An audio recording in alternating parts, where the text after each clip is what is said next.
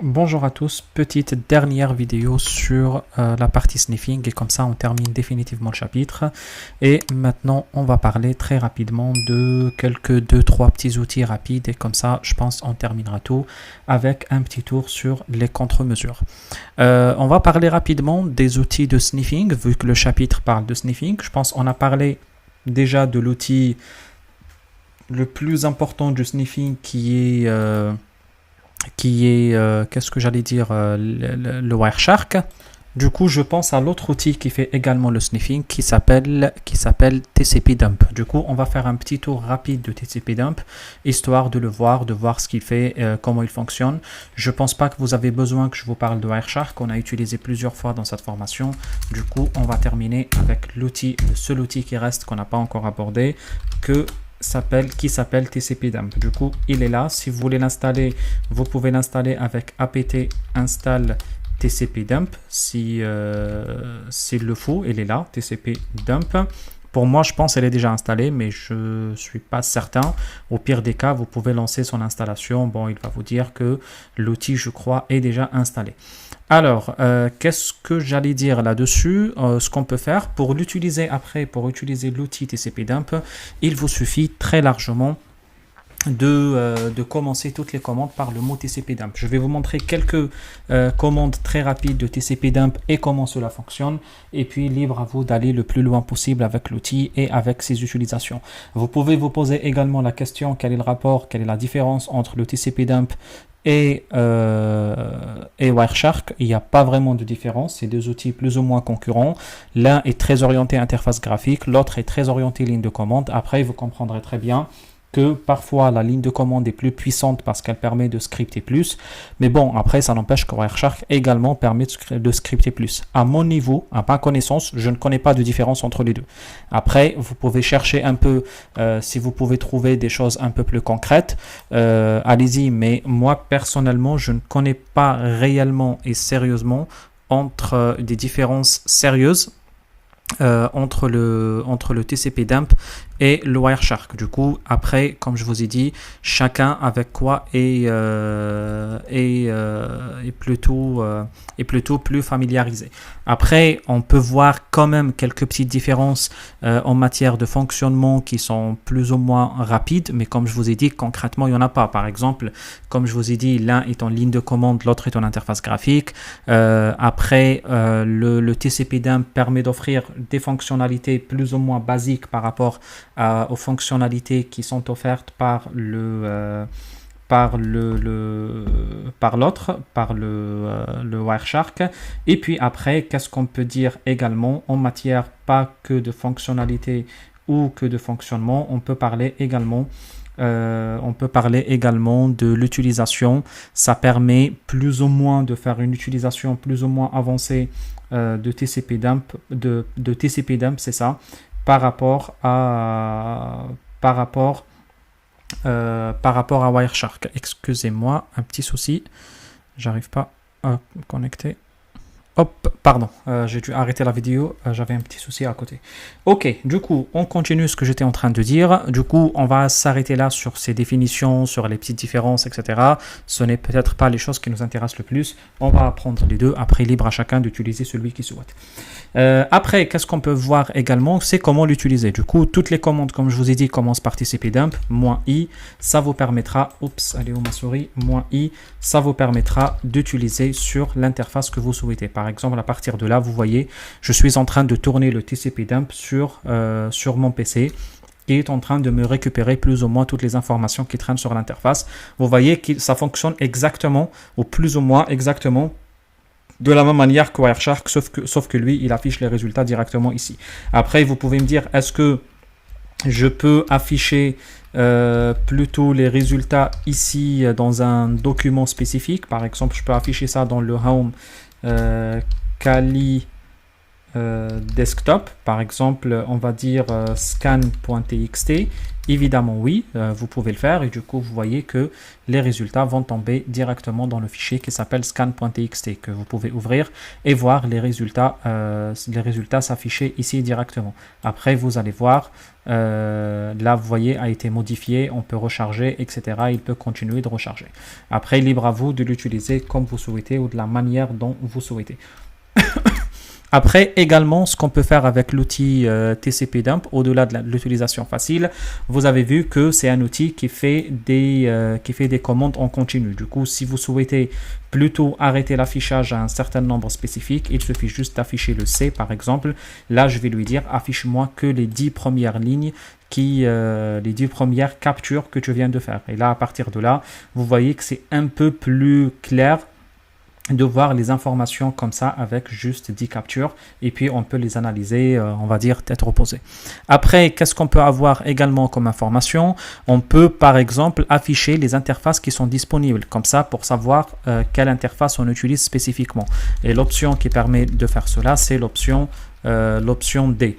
Et du coup, à partir de là, vous voyez qu'il est possible d'avoir des interfaces spécifiques. On voit bien notre TH0, le INI c'est pour tout, la loopback, la Bluetooth, etc., etc. Toutes les interfaces qui sont contrôlées par le TCP dump. Après, également, on peut afficher les résultats en hexadécimal et code ASCII pour les liaisons de données. Du coup, on peut récupérer le contenu inspecté. Je pense que vous avez l'habitude de le voir quand vous ouvrez le Wireshark. Moi, il ne me sert pas à grand chose, mais c'est pas grave, je vous le montre. On peut dire XX interface ETH0 et puis pour tout le reste de l'exercice, je vais toujours limiter l'affichage, par exemple à 10 avec le C10, comme ça on s'embêtera pas plus que cela. Qu'est-ce que je voulais dire? C'est pas ici, c'est totalement normal. L'ordre, il a une importance ici. Et là, à partir de là, vous voyez, on peut afficher les résultats, on peut afficher les trames avec les datas en hexadécimal de la couche liaison de données. Ça ressemble plus ou moins à ce que vous affichez sur Wireshark quelque part à côté dans le côté bas droit de Wireshark. Ça vous permettra d'avoir un peu plus d'informations sur les entêtes X. Du coup, ici, vous voyez ce qui est là. Exactement, c'est ce qu'on affiche. Exactement à partir de cette commande XX ou l'option ou l'extension XX. Après, qu'est-ce qu'on peut faire également? On peut capturer et enregistrer carrément sur le bureau. Et puis après, on peut les ouvrir avec des outils tels que Wireshark ou autres. Ça, c'est très pratique. Du coup, vous voyez que c'est compatible avec Wireshark parce qu'ils utilisent les mêmes extensions .pcap. Du coup, là, par exemple, on peut dire TCP dump -w et puis, par exemple, on va dire trafic.pcap. Et à partir de là, on précise qu'il s'agit de l'interface ETH0. Comme je vous ai dit, je préfère toujours cibler avec un nombre spécifique, par exemple 10 ici. Et là, vous voyez, il m'a créé le fichier. Il est où? Non. Du coup, je précise bien l'emplacement. Ce que je vais faire pour éviter ça, pour le voir directement sur mon bureau, je vais aller sur mon bureau. Du coup, CD desktop. Il a créé dans le répertoire Kali. Ah bon, après, si vous voulez, on peut aller le voir directement dans le système de fichiers. Et puis, à partir de là, dans le répertoire Kali, vous allez la voir. Hein, vous voyez, trafic pcap. Mais bon, après, c'est juste pour le voir devant nous sur le bureau desktop. Et puis, à partir de là, on exécute exactement la même commande. Et là, vous le voyez, le trafic pcap, il est là. C'est le fichier qui s'ouvre avec le Wireshark. Vous voyez, là, il nous a récupéré les 10 premières requêtes qu'il vient de capturer.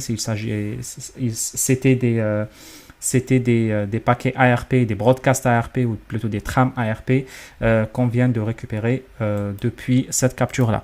Après, on peut faire l'opération inverse. Du coup, on peut plutôt lire un fichier capturé. Là, on va faire exactement pareil. Hein.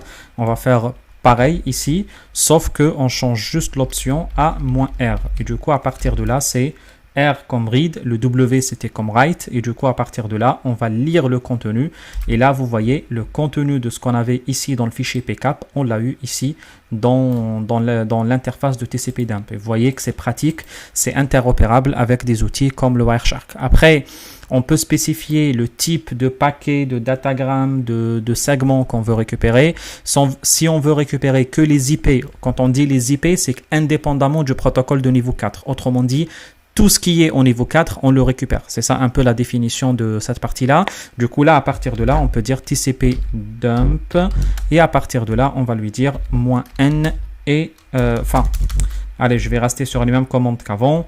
Et puis, je change juste la première option à chaque fois. Et là, cette fois-ci, l'option, c'est quoi? C'est N comme quoi? Comme network. Du coup, à partir de là, j'affiche que les paquets IP. Autrement dit, quand je dis que les paquets IP, je répète, c'est que indépendamment de protocole de la couche d'avant, TCP, UDP, ICMP, ARP d'avant ou d'après, ARP, oui, on les affiche aussi, on affiche toutes les informations. Quand on dit IP, c'est un peu l'affichage standard. Après, on peut cibler en fonction de type de protocole spécifique. Si par exemple, on souhaite afficher que les segments TCP, on peut juste préciser ici, il y a quelque chose à écrire? Non, je pense qu'il n'y a rien. Il suffit d'écrire juste TCP, je crois, si je me rappelle. Et là, si j'ouvre comme ça, qu'est-ce qu'il me dit? On lui dit juste, je pense pas que je me suis trompé de la commande. Oui, on précise juste les sessions TCP. Après, bon, peut-être il suffit d'aller sur la machine et envoyer des sessions TCP quelque part ou je ne sais quoi. Là, il a lancé quand même une écoute TCP dès qu'il trouve quelque part des informations TCP qui traînent. D'ailleurs, la page Facebook, je me suis rendu compte que je voulais pas afficher la fois passée. Du coup, elle est là. Du coup, là, si on va ouvrir, peu importe, je clique ici, je ne sais pas ce qui se passe. Hein. Je ne sais pas si on peut, ça pourra nous permettre d'avoir des infos TCP. On va voir ce qui se passe à M. Poutine. Je ne sais pas si ici, il écoute. Oui, très bien. Du coup, vous voyez, il y a des échanges TCP qu'il arrive à capturer avec l'adresse IP des sites sur lesquels on vient de cliquer ici. Du coup, vous voyez que là, vous voyez quand même, c'est l'inconvénient un peu de la ligne de commande. C'est un peu compliqué à lire, mais plus ou moins les informations qu'on vient de passer de mon PC, de mon desktop, etc. vers une adresse IP quelque part sur le réseau public. Ok, du coup, on peut faire pareil, exactement pareil si on souhaite faire UDP. Du coup, libre à vous également de préciser un protocole spécifique. Et là, à partir de là également, il nous a récupéré pas mal d'informations liées au protocole UDP. Et du coup, là, vous voyez, il récupère des échanges avec des numéros de port spécifiques et des informations spécifiques qui sont en train d'échanger dans les différents périphériques de chez moi. Après, qu'est-ce qu'on peut également récupérer? On peut préciser un type de protocole, un type de port spécifique. Par exemple, on peut dire le port 443. Et là, toutes les écoutes qui se font sur le port 443 seront écoutées sur le port. Du coup, également, je ne sais pas si c'est pratique, par exemple, d'aller ici, d'essayer d'ouvrir une page Internet, une page Google ou quelque chose comme ça. Google, qu'est-ce qu'il fait lui aussi? Get Kali, on clique sur ça, on clique sur blog, on clique sur je ne sais pas quoi, documentation page, et puis là vous voyez toutes les informations qui circulent en 443, autrement dit en protocole HTTPS, étaient capturées ici, évidemment dans la limite de 10 requêtes capturées. Après, qu'est-ce qu'on peut également récupérer? On peut récupérer des informations qui sont liées à une adresse source spécifique. Par exemple, ici, on va faire exactement la même chose et puis on va dire cette fois, au lieu de faire port, on va dire SRC. La source 192.168.1.34 si je me rappelle, et puis à partir de là, il va nous capturer toutes les informations qui circulent dans le 34. Et là, vous voyez que la machine 34 était en train de chercher le DNS de Google sur je ne sais quoi. Et vous voyez que ça permettra de nous récupérer des informations qui traînent dans la matière. Pareil, si on envoie nous-mêmes des informations à ça, on peut juste préciser ici qu'il s'agit d'une destination. Et puis nous, si on échange avec la machine 34, tous les échanges qui se font entre le 34 et le 28 se font comme ça. Vous pouvez voir des échanges que parfois on a du mal à les comprendre, etc. Sachez que on a fait des TP, de l'ARP poisoning, de DNS spoofing, etc. Du coup, les machines ne sont pas très propres. C'est ce qui fait que parfois vous voyez des échanges. Ça se trouve que des échanges d'une machine récupérés par une autre. Il y a des scripts qui tournent. Bref, je ne sais pas et je ne vais pas analyser le contenu de cette ligne. Ce n'est pas le but. Vous comprenez bien que je suis en train de faire l'exercice pour vous montrer le TCP dump, pas pour vous montrer comment lire le contenu. Sinon, lire le contenu, c'est très simple. Il s'agit d'une adresse adresse IP à destination d'une autre adresse IP quelque part. Et puis on précise bien le protocole ici. On précise bien la destination qui est là. Enfin, du coup, c'est un nom de domaine. Les flags utilisés. Là, je pense que c'est des informations. La taille de fenêtre, la taille plutôt... de notre TTL, n'importe quoi. Le PDU, pardon, c'est ça. Le PDU, la taille de notre PDU, la taille de fenêtre, etc. L'accusé de réception utilisé. Je pense que c'est des informations, le numéro de séquence, c'est des informations que plus ou moins vous connaissez. Enfin, j'espère vraiment que vous connaissez. Là, vous voyez la séquence 1 jusqu'à 1461, puis 1461, 2432, 2432, 2483. C'est le principe de fenêtrage, le principe de windowing, la taille de fenêtre sur le protocole TCP. Je pense que vous connaissez tout cela, j'espère bien. Le but, ce n'est pas d'étudier tout ça. Pourquoi je vous dis ça? Comme ça, si vous voyez que ça ne fonctionne pas ou qu'il y a un souci, vous pouvez lancer des pings, c'est tout. Vous pouvez venir ici, par exemple. Bon, Monsieur Poutine, c'est bon. On peut venir ici, puis juste lancer un ping, par exemple. Ping 180, oh là là. Ping 192, 168, 127 moins T. Non, 127 moins T, à force de faire vite. Et puis là, à partir de là, on peut venir ici et puis lancer comme ça la commande ici. Et là, on voit peut-être, avec un peu de chance, il y aura quelques pings qui nous remontent ici. Les échanges qu'on fait entre les deux machines. Vous voyez les ECMP Echo Reply, les réponses qu'on est en train d'envoyer aux pings qu'on est en train de recevoir de l'autre côté. Du coup, là, ça vous permettra de faire bouger un peu les choses si vous souhaitez voir cela comme ça. Qu'est-ce que je voulais dire de plus? Je pense qu'on a fait le tour pratiquement de tous les exemples que j'avais en tête. Après, vous pouvez aller sur Internet chercher l'utilisation des, par exemple, on peut aller sur Google ou sur ChatGPT ou ce que vous souhaitez. Je pense que Google reste meilleur là-dessus. Qu'est-ce qu'il me dit là?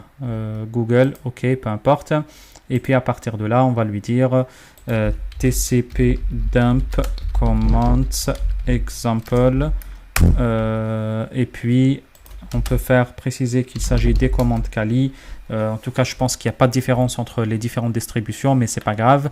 En tout cas, moi, je l'ai appris la première fois sur Ubuntu. C'est les mêmes commandes que j'utilise. Du coup, il n'y a pas de différence. Je vous le dis par expérience. Je n'ai pas une information officielle, mais je l'ai utilisé exactement les mêmes commandes sur toutes les distributions. Ça a fonctionné de la même manière. Après, vous pouvez tomber sur peut-être différents types d'articles qui vous donneront plus de détails sur le fonctionnement de TCP dump sur Linux et quelques commandes supplémentaires qui vous permettront peut-être d'aller encore beaucoup plus loin. IP Cisco, c'est un site que je connais, il a l'air pas mal. Du coup, là, vous voyez, il y a pas mal d'exemples ici, TCP dump ICMP, TCP dump TCP, etc. Enfin, et il vous précisera ici, c'est la commande read qu'on a déjà fait, etc. Bon, vous pouvez voir sur les différents sites web. Moi, je ne connais pas un spécifique. Vous pouvez voir sur les différents sites web l'utilisation de la commande.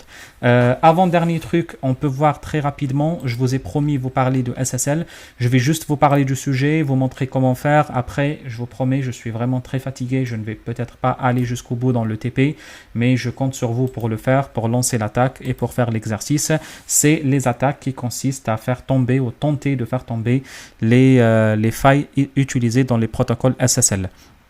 Et du coup, comme je vous ai dit, il est quand même possible de faire des écoutes avec le protocole SSL. Il est quand même possible de récupérer du trafic, d'intercepter du trafic qui circule entre les différentes machines au sein d'un réseau utilisant le protocole SSL, en particulier la version la plus ancienne qui est la version 1. La version 1. Du coup, le TP, l'exercice, si vous voulez le faire, est un peu simple. Après, dans le manuel de formation de lab Linux CEH, vous pouvez le trouver avec tous les détails qu'il faut, mais globalement, si on veut le faire, il y a une fonction qui s'appelle SSL strip qui permet de faire tourner cela. Du coup, le principe de la fonction, il est trop simple. Bon, évidemment, il faut l'installer si ce n'est pas installé. Du coup, si vous faites juste SSL strip et que vous la trouvez, tant mieux pour vous. Du coup, ce que vous pouvez faire, vous pouvez rediriger le trafic comme on a fait dans le précédent TP. Et puis, à partir de là, vous allez lancer juste la règle qui permet de rediriger le trafic du protocole 80 ou 443 vers un port spécifique au niveau de votre machine avec les options de iptable. On a déjà vu iptable. Normalement, vous le connaissez. iptables, normalement, vous le connaissez. On l'a bien manipulé dans les précédentes vidéos. J'espère bien que c'est quelque chose que vous maîtrisez très bien. Du coup, à partir de là, ce qu'on peut faire, on peut juste activer la fonctionnalité pré-routing avec un port, avec les datas de TCP. Pourquoi il me fait le majuscule? Pourquoi? Bon, là, mon clavier, ça m'arrive de me faire ça sur les machines virtuelles. Quand vous commencez à le voir, c'est qu'il y a un vrai problème dans la machine virtuelle. C'est des problèmes qui n'ont pas de solution. Bien, du coup, là, vous voyez, il y a le P qui me l'affiche majuscule, minuscule, à moins que peut-être vous tentez la réinstallation de la machine ou la réinstallation des fonctionnalités VMware sur la machine ou des choses comme ça. Ça pourra peut-être résoudre le problème avec les différents types de pilotes utilisés sur le clavier, etc. Mais bon, là, je commence à avoir ce problème en direct. Et je vous le dis par expérience, à chaque fois que je l'ai, c'est foutu pour la machine. Ok, c'est pas grave. Après, si vous connaissez une technique, dites-le moi. Moi, je ne connais pas autre. Là, vous voyez, j'écris le J minuscule, il s'affiche majuscule. Peu importe, c'est pas grave. Là, je suis en majuscule à 100%. Vous voyez, pourtant, il m'affiche tout en minuscule. Redirect. Bon, ça devient plus ou moins compliqué pour aller jusqu'au bout dans le TP. Heureusement qu'on est dans la dernière vidéo de ce chapitre. Au moins, pour le prochain, je peux installer sur une autre machine. Mais bon, là, vous voyez, j'essaye d'écrire le O en minuscule. J'arrive pas. Bon, c'est pas grave, je vais m'arrêter là. Je vais juste écrire ici le port. Et puis là, on choisit vers quel port on envoie exactement. Là, il veut pas, il veut pas. C'est bon, il veut le T majuscule. Il redevient minuscule. Après, on précise par exemple 90-90 ou 80-80 ou ce que vous souhaitez. Après, qu'est-ce qu'il me dit ici? Qu'il ne connaît pas une option qui s'appelle toPort. C'est normal, c'est P minuscule et pas majuscule. Et c'est bon, à partir de là, il l'a créé. Après, vous pouvez faire exactement la même chose sur le 443 si vous souhaitez. Et puis, vous le redirigez par exemple à 4433 par exemple. Comme ça, vous faites des redirections de port. Après, juste une fois fait, vous pouvez lancer la fonction SSL strip avec l'écoute sur le port en question. Par exemple, avec l'écoute sur le port 90-90 ici. Et à partir de là, vous êtes en train d'écouter les échanges qui se font sur les machines. Après, n'oubliez pas d'aller sur un outil qui permet de faire la capture des informations, comme par exemple on a déjà vu l'Ethercap. Je pense je peux vous laisser aller utiliser l'Ethercap et aller jusqu'au bout dans l'utilisation de l'Ethercap. C'est quelque chose que vous connaissez. Je ne pense même pas que je vais pouvoir m'authentifier parce que il va m'afficher des minuscules et des majuscules aléatoirement. C'est un peu compliqué. Vous voyez, c'est pas grave. Je pense que vous savez utiliser maintenant l'Ethercap. Heureusement, ça m'est arrivé à la dernière vidéo de chapitre. Comme ça, je vais installer après le Kali à tête reposée. Je pense que c'est bon maintenant. Vous connaissez tout cela. L'objectif, ça sera d'empoisonner le trafic qui circule entre les deux machines, entre la machine de victime d'un côté. Là, vous voyez, ça rame vraiment trop. Et ça devient un peu compliqué à gérer. Du coup, vous aurez à faire l'exercice entre la machine. Si vous ne trouvez pas un host spécifique, vous pouvez ici dans le host et forcer un peu le rescan de la totalité des hosts. Ok, ça arrive souvent ça sur l'Ethercap. Et puis à partir de là, vous choisissez les informations entre par exemple le routeur d'un côté comme target 1 et puis vous allez mettre ça votre PC de destination comme target 2. Et du coup, il vous reste qu'à fixer un trafic qui circule entre le routeur qui est votre passerelle par défaut et de l'autre côté, chercher un trafic SSL v1 par exemple et vous allez voir qu'il est possible plus ou moins de récupérer tout le trafic qui circule sur le réseau. Ok, du coup, vous pouvez faire exactement pareil sur l'autre trafic, le 4433, et puis faire un petit test avec le SSL, et puis vous allez voir que le trafic va remonter ici et que vous allez pouvoir après lire sur un fichier de type SSL strip.log. Du coup, il suffit juste de l'ouvrir avec un Gedit. Là, vous voyez, ça marche plus sur mon PC, c'est pas grave. SSL strip .log et puis à partir de là vous pouvez ouvrir le document. Là bon, le Gedit ça fonctionne pas encore une fois, mais bon, vous avez compris hein, c'est bon, je vais pas le refaire. Et à partir de là, avec un peu de chance, vous allez pouvoir peut-être avoir l'accès à des informations plus ou moins importantes et plus ou moins confidentielles qui traînent quelque part sur vos réseaux. Ok, du coup, tout cela pour dire qu'il n'y a pas de sécurité parfaite avec les outils de sécurité malheureusement, mais surtout il faut penser à mettre à jour, à upgrader toujours vos outils. C'est très pratique pour la protection de vos data, pour la protection de votre entreprise. Ok, du coup, je pense que on est bien dans ce chapitre, qu'on a même terminé. Les quelques dernières best practices et les bonnes recommandations qui sont liées à l'utilisation, à comment faire face, on va dire, à des attaques de type sniffing. Il y en a plusieurs. Par exemple, utiliser les protocoles sécurisés et connus comme le SSL avec des versions plus avancées ou encore avec des HTTPS par exemple, et des versions chiffrées de tous les protocoles comme le SFTP, etc. Utiliser des équipements réseau plus développés, plus améliorés, plus surveillés, avec des contrats de support, avec des contrats de maintenance, avec des suivis, avec on va dire, des équipements des constructeurs qui sont très reconnus dans la matière, d'être experts en technologie. Chiffrer les échanges par mail en utilisant les clés PGP. Utiliser des architectures plus confidentielles. Il y a pas mal de types d'architectures confidentielles comme le PWD, OTP, etc. En tout cas, quand vous faites des architectures réseau, vous allez travailler beaucoup sur des architectures plutôt sécurisées et plutôt qui assurent des échanges restreints et chiffrés. Après, sécuriser les réseaux sans fil avec des clés WPA entreprise, utiliser les techniques de détection de sniffer. Il y a quand même pas mal de techniques qui permettent les détections de sniffer. Ça vous permettra de vous protéger, de protéger votre infrastructure contre les attaques de sniffing. Je pense qu'on a fait le tour de pratiquement tout ce qui peut se dire dans la matière. Je ne sais pas si j'ai oublié des choses, mais je pense qu'on a couvert la totalité de chapitres sur le sniffing.